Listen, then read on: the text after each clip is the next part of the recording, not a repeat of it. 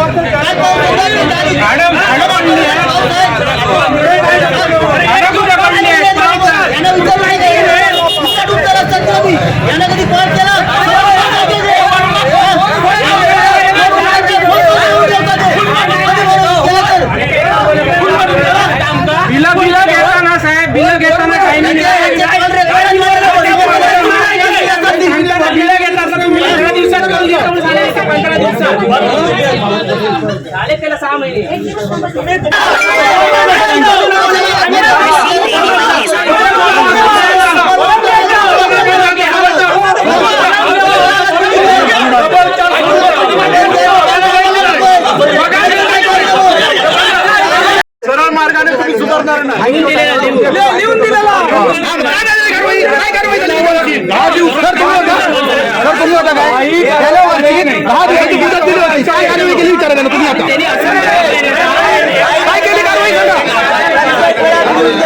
मागच्या 15 दिवसाची कारवाई सांगा. उत्तर द्या. 15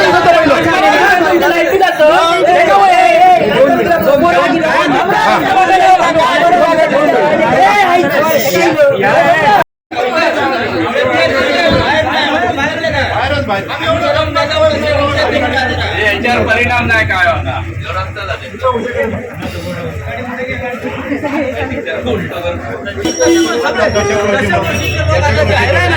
कशामुळे एवढं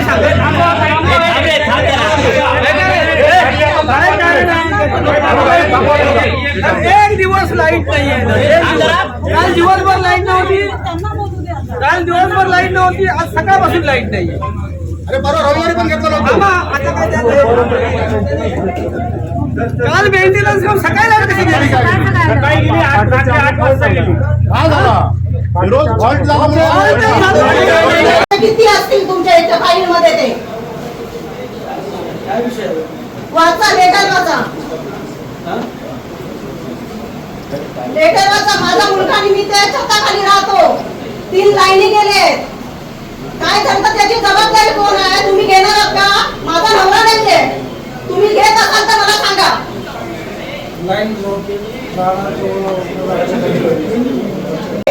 ऍडव्हान्स मध्ये मी भरलेलं आहे बिल तुमच्या वायरमॅनांना विचारा हा तेव्हा तुम्ही सांगत नाही ना तुमचं झालं काम नाहीये तुम्ही काय ऍडव्हान्स मध्ये भरता हा जाब कधी विचारलाय का हा एक बाई असं करते वेळी तुम्ही विचारलात का काय विचारलात सिंधुदुर्ग जिल्ह्यासह इतर जिल्ह्यातील ताज्या घडामोडी पाहण्यासाठी सिंधुदुर्ग 24 तासला सबस्क्राईब करा आणि बेल आयकॉनवर क्लिक करा. सिंधुदुर्ग 24 तास सदैव तुमच्या सोबत.